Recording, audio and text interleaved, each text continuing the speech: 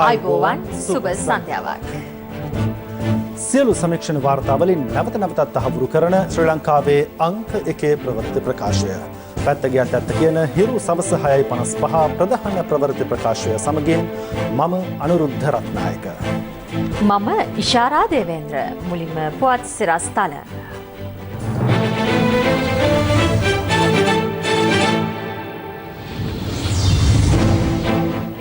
වැලිකඩ තාප්පයෙන් ඇතුළට යවන්න තිබූ මද්‍රව්‍ය ජංගම දුරකථන ඇතුළු භාණ්ඩ රැසක් පොලිස් මෙහෙයුමකින් කොටු වෙයි. දැන් මේක මෙහෙම උසි කරනවද MCC හරහා ලංකාව ඇමරිකානු යුද උපාය මාර්ගවල කොටස්කරුවෙකු වීමේ අවධානමක් ඇතැයි සමාලෝචන කමිටුව පෙන්වා දෙයි. සජිත් යලිත් මහරෑ සේවයට සැරසෙයි. අපි රටේ වගකීම බාරගත්තාම රෑ 12ට ඇවිල්ලා සොයිසපුර පිරිසිදු භාවය විපරම් කරලා බලන අවස්ථාව තමුන්නාසලට අහන්නට ලැබේ. ගංජා කිලෝ 10ක් සමගින් කොස්තාපල්වරයෙක් අනුරාධපුරයේදී අත්අඩංගුවට. තැපෑලෙන් ගංජා බෙදූ පොළොන්නරුවේ පියුම්ටත් වැඩවරදී. පාස්කු ප්‍රහාරයෙන් මාස 14කට පසු ගෙදර ආ ටිලිනා හර්ෂණී. ගෙදරට එන්න ලැබීම ගැන ලොකු සතුටක් තියෙනවා.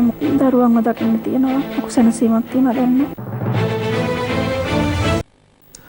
වැලිකඩ නව මැගසින් බන්ධනාගාරයේ තාප්පයෙන් ඇතුළට විසිකිරීමට සූදානම් කර තිබූ මද්‍රව්‍ය ඇතුළු භාණ්ඩ තොගයක් සොයා ගැනීමට බොරැල්ල පොලිසිය සිදු කළ විශේෂ වැටලීමකදී හැකි වී තිබෙනවා.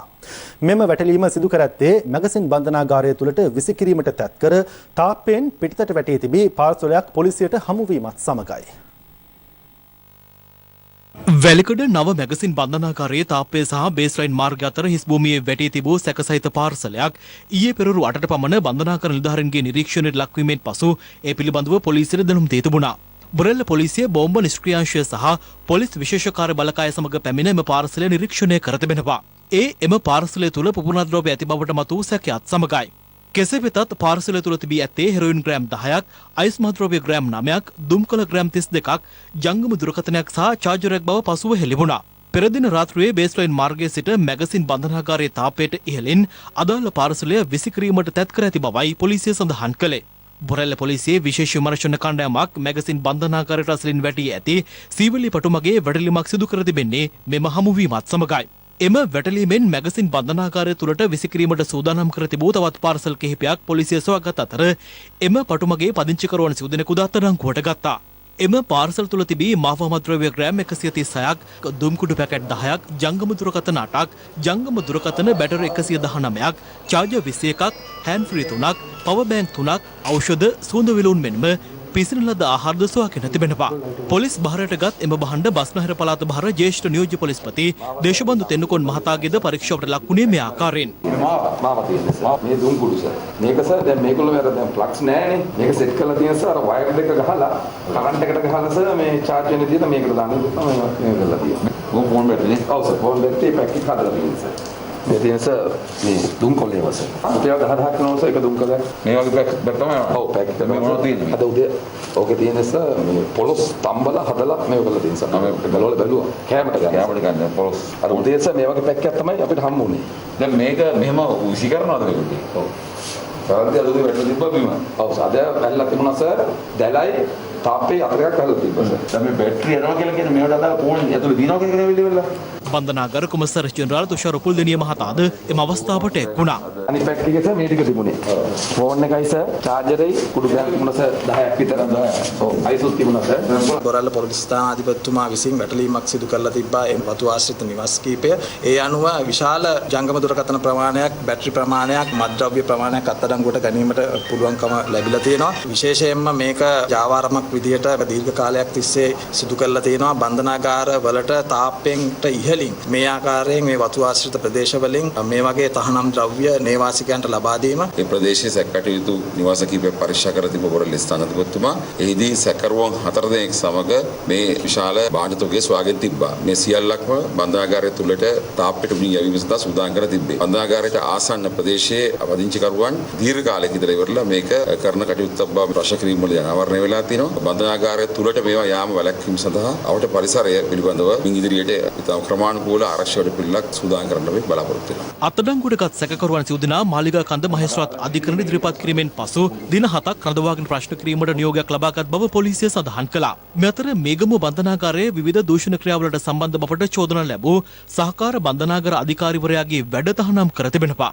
මේ අතර පොලිස් මද්‍රව්‍ය කාර්යාංශයේ නිලධාරීන් හෙරොයින් ජාවාරම් කරන සමග සම්බන්ධතා පැවැත්වීම සම්බන්ධයෙන් අපරාධ පරීක්ෂණ දෙපාර්තමේන්තුව සිදු කරන විමර්ශන පිළිබඳව පොලිස් මාධ්‍ය ප්‍රකාශකවරයා අදහස් පළ කළා. මේ වන විට හඳුනාගෙන තිබෙනවා මද්‍රව්‍ය ජාවාරම් කරුවන් සමග සම්බන්ධතාවය පැවැත්වූ පොලිස් නිලධාරීන් 4 දෙනෙක් පිළිබඳව ඒ සඳහා සහාය දුන්න තව එක් සිවිල් පුරවැසියෙක් පිළිබඳව මේ වන විට අපරාධ පරීක්ෂණ දෙපාර්තමේන්තුව ඒ 5 දෙනාම අත්අඩංගුවට අරගෙන රඳවාගෙන තවදුරටත් විමර්ශන කටයුතු සිදු කරනවා. මේ වන විට රුපියල් ලක්ෂ 311කට ආසන්න ප්‍රමාණයක් සොයාගෙන තිබෙනවා. ඉතා විශාල දේපල ප්‍රමාණයක් ඔවුන් මිලදීගෙන තිබෙන බවට සහ ඒ දේපල වලින් වාහන විශාල ප්‍රමාණයක් ඔවුන් භාවිත කර තිබෙන බවට තොරතුරු අනාවර වෙලා තිනවා. පසුගිය කාලය තුල සිදු වූ මද්‍රව්‍ය නාශක කාර්යාංශයේ නිලධාරීන්ට වෙඩි තැබීම් සහ එක් නිලධාරියෙකු ඝාතනය කිරීම සහ තවත් නිලධාරියෙකුට තුවාල සිදු කිරීමේ සිද්ධිය සම්බන්ධයෙන් මොවුන් සම්බන්ධද යන්න පිළිබඳව මේ වෙන විටත් විමර්ශන ආරම්භ කර තිබෙනවා. දැනට ගොඩනගා ඇති MCC යෝජනාවලය ක්‍රියාත්මක වූහොත් ශ්‍රී ලංකාව ඇමරිකානු යුද උපාය මාර්ගවල කොටස්කරුවෙකු බවට පත්වීමට ඉඩ ඇති බව අදාළ ගිවිසුම පිළිබඳ සමාලෝචනය කළ කමිටුව සඳහන් කරනවා. පසුගියදා ජනාධිපතිවරයා වෙත බහර දුන් එම කමිටුවේ සමාලෝචන වාර්තාව මගින් පෙන්වා දී ඇත්තේ ගිවිසුමේ අන්තර්ගත බොහෝ කරුණු මගින් ශ්‍රී ලංකාවේ ආණ්ඩු ක්‍රම ව්‍යවස්ථාවේ වගන්තිය උල්ලංඝනය වන බවයි.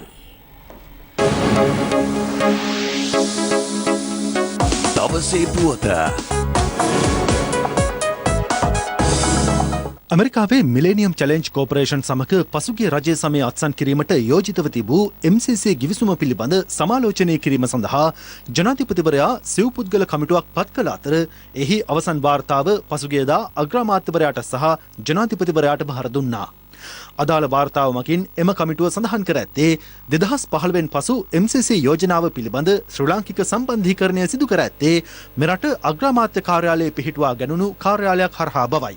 එම වාර්තාවේ සඳහන් කර ඇත්තේ නයිජර්, යේමනය, මොරිටානියාව, ගැම්බියාව, ටැන්සානියාව, නිකරගුවාව, හොන්ඩුරාස්, මැඩගස්කරය, ආමේනියාව, මාලි හා මලාවි යන රටවල් සමග ඇමරිකාව ඇති කරගෙන තිබූ ගිවිසුම්ද බිඳ වැටී හෝ අතරමඟ නතර වී ඇති බවටයි. මැඩගස්කරය වැනි රටවල් ගිවිසුමේ ප්‍රධානයන් අත්හිටු වූ පසුත් ගිවිසුමෙන් ඉවත්වීමට නොහැකි තත්වයකට පත්වීම එම වාර්තාව මගින් පෙන්වා දී ඇත්තේ බැරෑරුම් තත්වයක් ලෙසයි. සමාලෝචන කමිටු වාර්තාවේ මහජන අදහස් කෙරෙහි විශේෂ අවධානයක් යොමු ඇති අතර 75%ක් අදාළ යෝජනාව අත්සන් කිරීමට විරුද්ධත්වය පළ කර තිබෙනවා. ගිවිසුම අත්සන් කිරීම සඳහා ඍජු එකඟතාව පළ කර ඇත්තේ 7% පමණයි. මෙම ගිවිසුමට අමාත්‍ය මණ්ඩල අනුමැතිය හිමිවන තුරුම එම කෙටුම්පත් ප්‍රසිද්ධ නොකිරුණේ එහි ඇතැම් කොටස් මහජනතාවගෙන් වසන් කිරීමේ අරමුණින් දැයි සැකයක් මතුවන බවද කොමිසම පෙන්වා දෙනවා. යෝජිත ගිවිසුම ශ්‍රී ලංකා පාර්ලිමේන්තුවේ නීතියක් බවට පත් කිරීම තුළින් ඊට වළංගුතාවය ලබා දීමට MCC ආයතනය පියවරගෙන ඇති නමුත් ගිවිසුමේ වගන්ති විමසා බැලීමේදී ශ්‍රී ලංකාවේ නොවන අනපනත් රෙගුලාසි හා ක්‍රමවේද කිහිපයක් මෙරට තුළ නෛතික පිළිගැනීමකට ලක්වන බවත් සමාලෝචන කමිටුව විසින් හඳුනාගෙන තිබෙනවා. එය ආණ්ඩු ක්‍රම ව්‍යවස්ථාවට පටහැනි මෙන්ම ජනතා ස්වෛරීත්වය වක්‍රානුකූලව උල්ලංඝනය කිරීමක් බවයි කමිටුව පෙන්වා දෙන්නේ. රජයේ ඉඩම්වලට සින්නක්කරෝපු ප්‍රදානය කිරීමට අදාළ ව්‍යාපෘතියක් MCC ගිවිසුමේ ඇතත් එය පවත්නා නීතියට පටහැනි බවද කමිටුව පෙන්වා දෙනවා. එම නීතිය පාර්ලිමේන්තුවේ සරල බහුතරයකින් පනතක් ලෙස සම්මත කිරීම ආණ්ඩු ක්‍රම ව්‍යවස්ථාවටද පටහැනි කරුණක් බව කොමිසමේ වාර්තාව මගින් පැහැදිලිව පෙන්වා දී තිබෙනවා. එවැනි ප්‍රශ්නගත අන්තර්ගතයන් ඉවත් කළහොත් මිස MCC යෝජනාවලියට අදාළ ගිවිසුම අත්සන් කිරීම හෝ ක්‍රියාත්මක කිරීම නීත්‍යානුකූල නොවන බව කමිටුවේ මතයයි. 2019 ඔක්තෝබර් 29 වැනිදා මෙම ගිවිසුම අත්සන් කිරීමට අමාත්‍ය මණ්ඩලය තීරණය කර ඇත්තේ ගැඹුරු විමර්ශනයකින් තොරව බවත් කමිටුව අනාවරණය කරගෙන තිබෙනවා. කමිටුව නිර්දේශ කරන්නේ මෙරට ස්වෛරීත්වය හා ජාතික ආර්ථික ස්වයංපෝෂිත තත්ත්වයට හානිකර කිසිදු කොන්දේසියක් යෝජනාවලිය තුළ අඩංගු නොවිය යුතු බවයි. යම් හේකින් රජය MCC ගිවිසුමට එළඹීමට අපේක්ෂා කරන්නේ නම් ඊට පෙර මෙරට ස්වෛරීත්වය අවධානමේ හෙළීමට ඉඩ ඇති වගන්ති මෙන්ම අනාගත සමාජ ආර්ථික දේශපාලන ස්වාධීනත්වයට හා සුබ සිද්ධියට හානි කර විය හැකි වගන්තිද ඉවත් කළ යුතු බව කමිටුවේ නිර්දේශයයි. සංවර්ධන ප්‍රධානයක් ලෙස මතු පිටින් පෙනුනත් කමිටුව සැකපල කරන්නේ මෙම ගිවිසුම ඉන්දු පැසිෆික් මූලෝපායට අනුකූල ව්‍යාපෘති යෝජනාවක් විය හැකි බවයි. ඒ අනුව MCC යෝජනාවලිය ක්‍රියාත්මක වුවහොත් සෝෆා සහ ඇක්සා වැනි ගිවිසුම් වලට ඇතුළත්ව ශ්‍රී ලංකාව ඇමරිකානු යුද උපාය මාර්ගවල කොටස්කරුවෙකු බවට පත්වීමට ඉඩ ඇති බව කමිටුව විශේෂයෙන් සඳහන් කරනවා. ඒ අනුව ගිවිසුම ක්‍රියාත්මක කිරීමට අදාළ සංශෝධන කිහිපයක් නිර්දේශ කරන කමිටුව පවසන්නේ එම සංශෝධනවලට එකඟ නම් පොදු මහජන සාකච්ඡාවකින් හා පාර්ලිමේන්තුවේ බහුතර අනුමැතියකින් හැර අන් කිසිදු අයුරකින් ගිවිසුම අත්සන් නොකළ යුතු බවයි. MCC ගිවිසුම සම්බන්ධයෙන් රජයේ ස්ථාවරය පළමුව රටට හෙළි කළ යුතු බව එක්සත් ජාතික පක්ෂ නායක රනිල් වික්‍රමසිංහ මහතා පවසනවා. මේ අතර MCC ගිවිසුම සම්බන්ධයෙන් දේශපාලන වේදිකාවේ තවත් අදහස් පළ වුණා.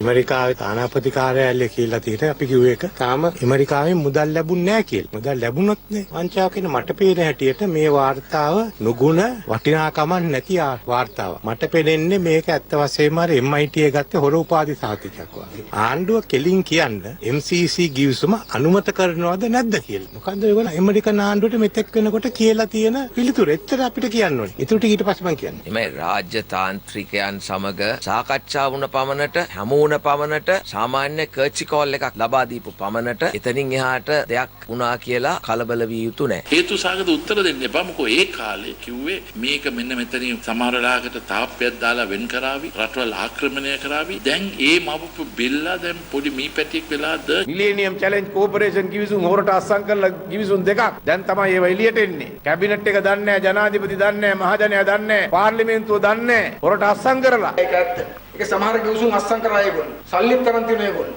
ඒක වැරදි. දැන් MCC ගිවිසුම හොඳ නරකද කියලා බලන කමිටුව පත් කරන්නේ බලය ගත්තට පස්සේ එහෙනම් කලින් කෑ ගන්න බොරුවටනේ. එහෙමනම් මෛත්‍රීපාල සිරිසේන මහත්තයත් මේකට වග කියන්න ඕනේනේ. කවදාද අත්සන් කරේ, කවුද අත්සන් කරුවේ කියලා රටට කියන්න. මේ බයිලා කියන්නේ නැතුව රටට කියන්න ඕනේ. අපි මේක අත්සන් කරන්නේ නැහැ. ඉරලා විසි කරනවා. අපි ඉන්න කාලේ මේ වගේ දේවල් කරන්න හුඟක් උත්සාහ දරුවා. නමුත් අපි ඒක නැවැත්තුවා. අපි ජාතික ආණ්ඩුවෙන් ඉවත් වුණාට පස්සේ වගේ දෙයක් වෙන්න පුළුවන්. නමුත් දැන් කොහොමදත් ඒක ක්‍රියාත්මක වෙන්නේ නැහැ. ඒක මේ රටට සුදුසු නැtei කියන මතය තමයි අපි එදා ඉඳලම හිටියේ.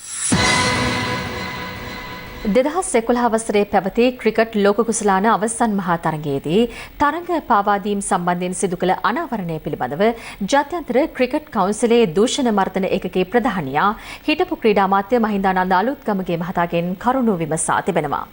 මහනුවර පැවති ජනහමුවකට එක්වමින් හිටපු අමාත්‍යවරයා මේ බව හෙළි කළා. 2011 වසරේ ඉන්දියාව සමග පැවති ක්‍රිකට් ලෝක කුසලාන තරගයේදී තරඟ පාවාදීමක් සිදු ඇති බවට එවක ක්‍රීඩා අමාත්‍ය මහින්දානන්ද අලුත්ගමගේ මහතා ප්‍රථම වරට හිරු ප්‍රවෘත්ති ඔස්සේ කරුණු හෙළි කළේ පසුගිය 18 වනදායි. කෙසේ වෙතත් එම සිද්ධිය සම්බන්ධයෙන් එල්ලවන සියලු චෝදනා ප්‍රතික්ෂේප කරන බව එවක ක්‍රිකට් තේරීම් කමිටු සභාපතිවරයා ලෙස කටයුතු කළ අරවින්ද ද සිල්වා මහතා පසුව සඳහන් කළා.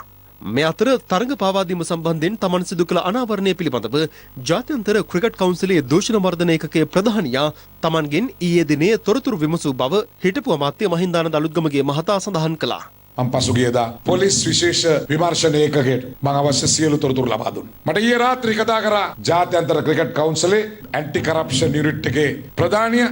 එතුමා මට දුරකථනයෙන් කතා කරලා ඒ තොරතුරු මගෙන් ඇහුවා. එතුමා මට ඊයේ ඊමේල් පණිවිඩයක් කියලා තිබුණා. මම අද එතුමාට උත්තරයක් යවනවා. ඒ සියලු තොරතුරු සඳහන් කරලා පරීක්ෂණ තියන්න. ඒ අනුව දේශීය මට්ටමෙනුත් ජාත්‍යන්තර මට්ටමෙනුත් මේ සම්බන්ධ පරීක්ෂණයක් පැවැත්වෙනවා.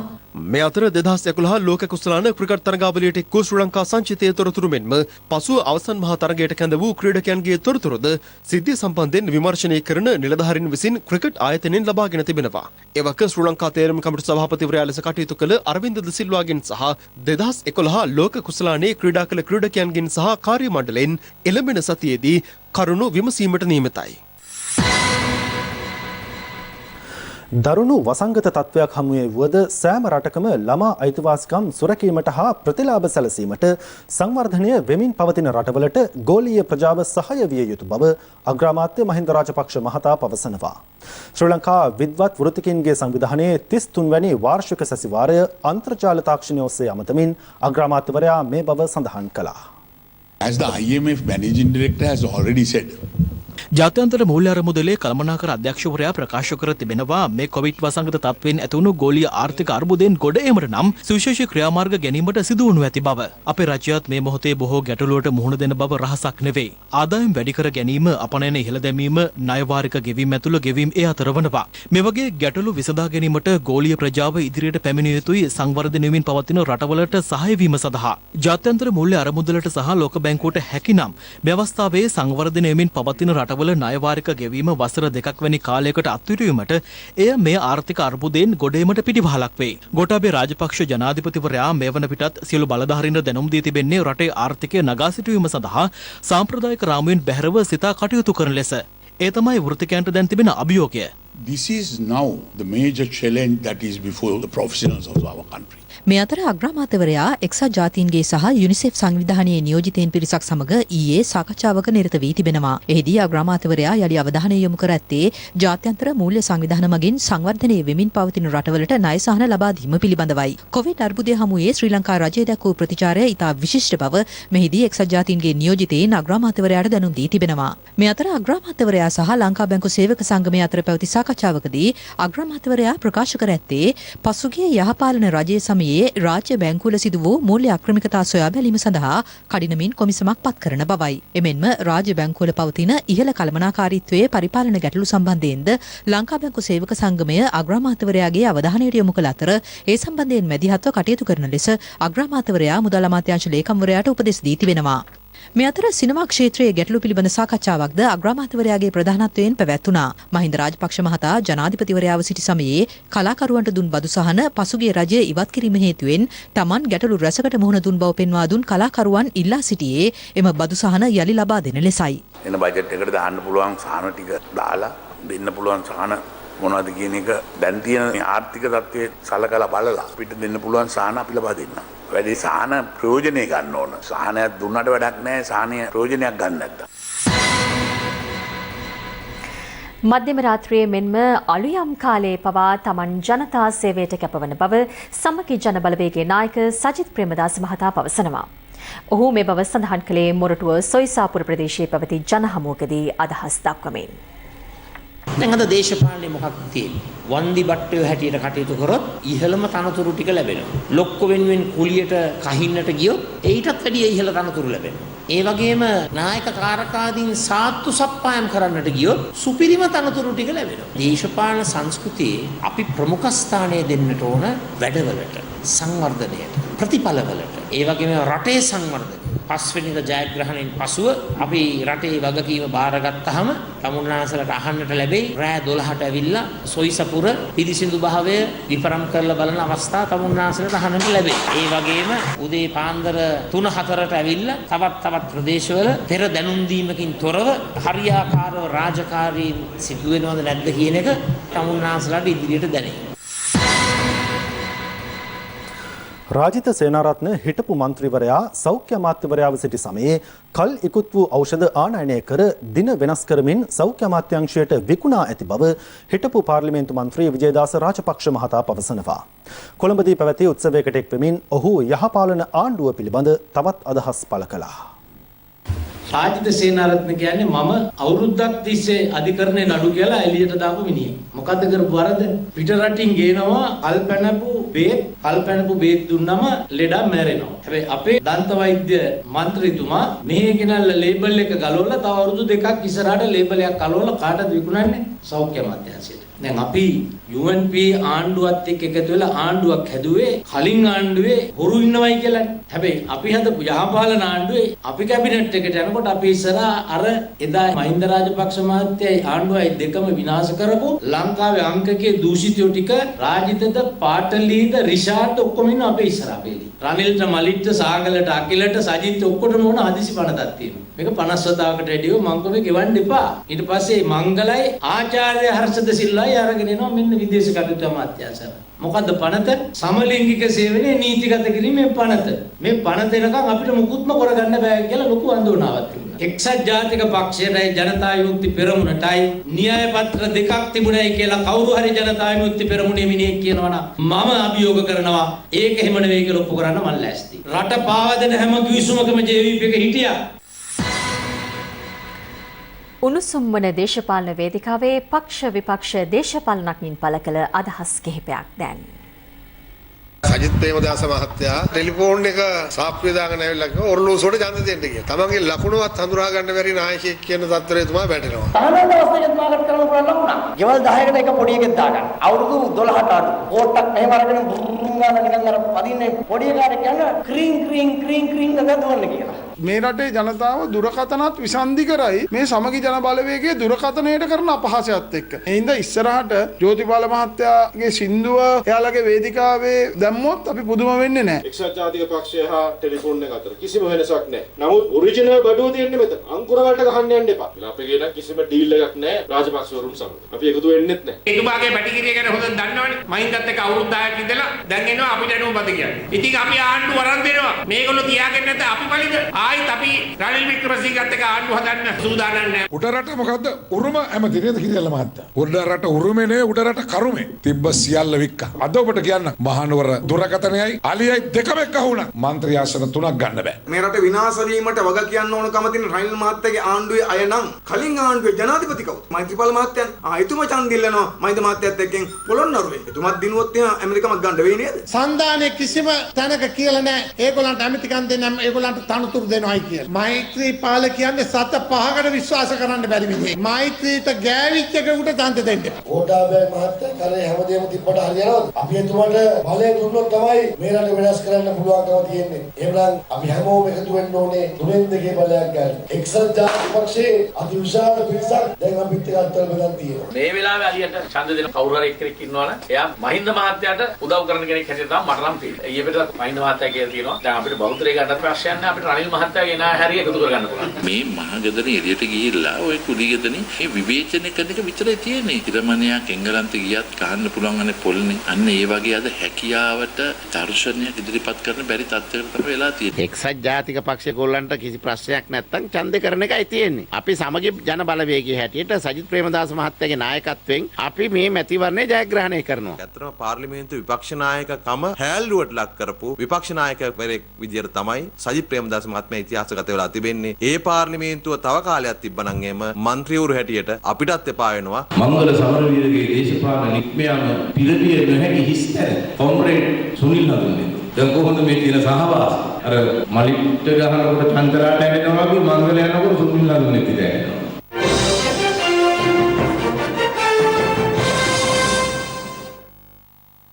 මැතිවරණ කොමිසම විපක්ෂයට ගැළපෙන ලෙස නීති සකසමින් විපක්ෂයට පක්ෂග්‍රාහීව කටයුතු කරන බවට අමාත්‍ය විමල් වීරවංශ මහතා චෝදනා කරනවා.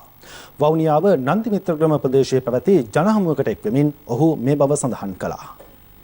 මහින්ද දේශප්‍රිය කියන මැතිවරණ කොමිසමේ සභාපතිතුමා ඇත්තටම ගත්තොත් ඔහු රාජ්‍ය නිලධාරියෙකුට වඩා හොඳ නළුවෙක්. ජෝඅබේ වික්‍රම මහත්තයා හිටියනම් එයා පරාද වෙනවා. මහින්ද දේශප්‍රිය දක්ෂතම නළුවා බවට පත් වෙනවා. මහින්ද දේශප්‍රිය කියනවා මීට කලින් වැරදි දෙයක් වුණා නම් ඒක නැවත කරන්න ඕනේ නැහැ කියලා. දැන් පහුගිය මහ මැතිවරණවල කාර්යාලවල නමයි රූපෙයි අංකෙයි දාගන්න දුන්නා. දැන් මේ පාර කාර්යාලවල නමයි රූපෙයි අංකෙයි දාගන්න බෑ. එතකොට මහින්ද දේශප්‍රිය කියන්නේ කලින් වෙච්ච එක වැරදි. මේ පාර විතරක් මේක නිවැරදි වෙන්නේ කොහොමද? එතකොට මහින්ද දේශප්‍රිය තොත්ත බබාද? දැන්ද මේ මහින්ද දේශප්‍රිය වැඩි හිටියෙක් වෙලා තියෙන්නේ. නීතිය දැනගෙන තියෙන්නේ මහින්ද දේශප්‍රිය දැන්ද? ඇත්ත කතාව විරුද්ධ පක්ෂයේ 3ට 4ට 5ට කෑලි වලට බෙදිලා දාගන්න කාර්යාලයක් හොයාගන්න තැනක් නැහැ. විරුද්ධ පක්ෂයට පණ නැති හින්දා පණ නැති විරුද්ධ පක්ෂයට ගැළපෙන විදියට තමයි මහින්ද දේශප්‍රිය නීතිය ක්‍රියාත්මක කරන්නේ. ඒ නිසා මේ පක්ෂග්‍රාහී රාජසේවයේ ඉන්න රංගන ශිල්පියා මහින්ද දේශප්‍රිය දන්නවා දිනන්නේ පොහොට්ටුව කියලා. මේ පොළඹවන්නේ පොහොට්ටුවට වැටෙන ඡන්ද වැඩි ප්‍රමාණයක් අවලංගු ඡන්ද බවට පත් කරන්න.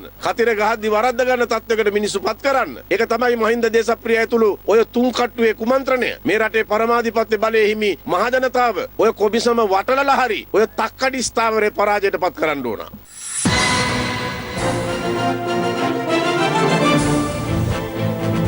තවමත් නොමැකුණු පාස්කු ප්‍රහාරයේ අඳුරු සෙවණැලි.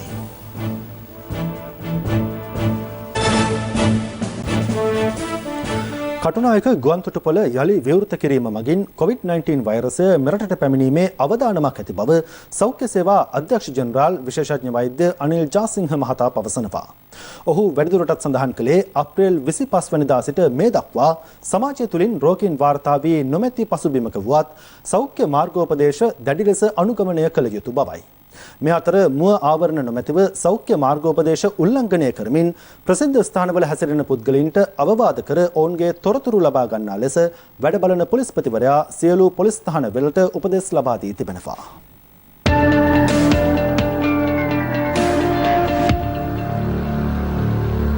COVID-19 වෛරසය ආසාදිතව සිටි තවත් පුද්ගලයන් 20 දෙනෙකු පූර්ණ සුවය ලබා අද රෝහල් වලින් පිටව යාමත් සමග මේ වන විට වෛරසය ආසාදිතව සිට පූර්ණ සුවය ලැබූ පිරිස 1639ක් දක්වා ඉහළ ගියා. ශ්‍රී ලංකාවට පැමිණීමට නොහැකිව බංග්ලාදේශයේ රැඳී සිටි ශ්‍රී ලාංකිකයන් 230 දෙනෙකු ඊයේ විශේෂ ගුවන් යානයකින් කටුනායක ගුවන්තොටුපළ වෙත පැමිණියා.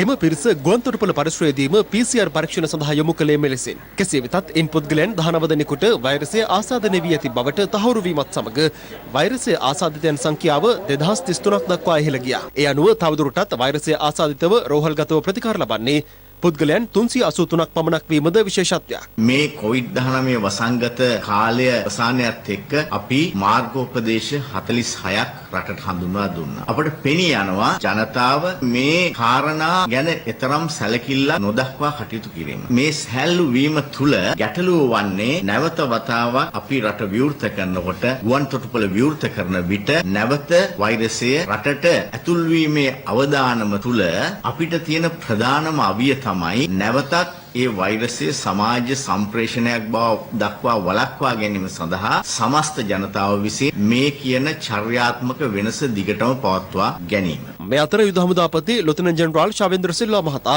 අද මල්ලතු හා අස්කිරි මහනාහිමිවරුන් බැහැදක ආශිර්වාද ලබා ගැනීමෙන් අනතුරුව වත්මන් COVID-19 තත්ත්වය සම්බන්ධයෙන් මෙලෙස අදහස් පළ කළා. අපි දකිනවා පසුගිය දින කිහිපෙදි විශේෂයෙන්ම COVID රටෙන් සම්පූර්ණයෙන් ඉවරයි කියලා හිතාගෙන මාස්ක් එකක් දාන්න නැතුව ශාරීරික දුරස්ථභාවයන් රැක ගන්න නැතුව COVID ලංකාවේ තිබෙත් නැහැ වගේ හිතාගෙන වැඩ කරන කණ්ඩායමක් අපි දකිනවා. ඉතින් ඒක ඉතාමත්ම භයානක තත්ත්වයක්. ඒ විය යුතු නැහැ. මන්ද මේ රටේ COVID ආසාදිතයන් සමාජය තුල නැතු වුණත් රෝහල් වල සිටිනවා. මේ අතර මුඛ ආවරණ පැළඳීමකින් තොරව ප්‍රසිද්ධ ස්ථානවල හැසිරෙන පුද්ගලයන්ට අවවාද කර ඔවුන්ගේ තොරතුරු ලබා ගන්නා ලෙස වැඩ බලන පොලිස්පතිවරයා සියලු පොලිස් ස්ථානවලට උපදෙස් ලබා දී තිබෙනවා. ප්‍රසිද්ධ ස්ථානවල මුඛ ආවරණ පැළඳගෙන නැතුව ජනතාවට සෞඛ්‍ය අවදානමක් ඇති වෙන ආකාරයට කටයුතු කරන පුද්ගලයන්ට අවවාද කිරීමටත් උපදෙස් ලබා දී තිබෙනවා. ඒ තත්ත්වය ඒ ආකාරයට සිදු නොවුනොත් අපි බලාපොරොත්තු වෙනවා යථා කාලයේදී නිරෝධායන රෙගුලාසි ආකාරයෙන්ම නැවත ක්‍රියාත්මක කරන්න.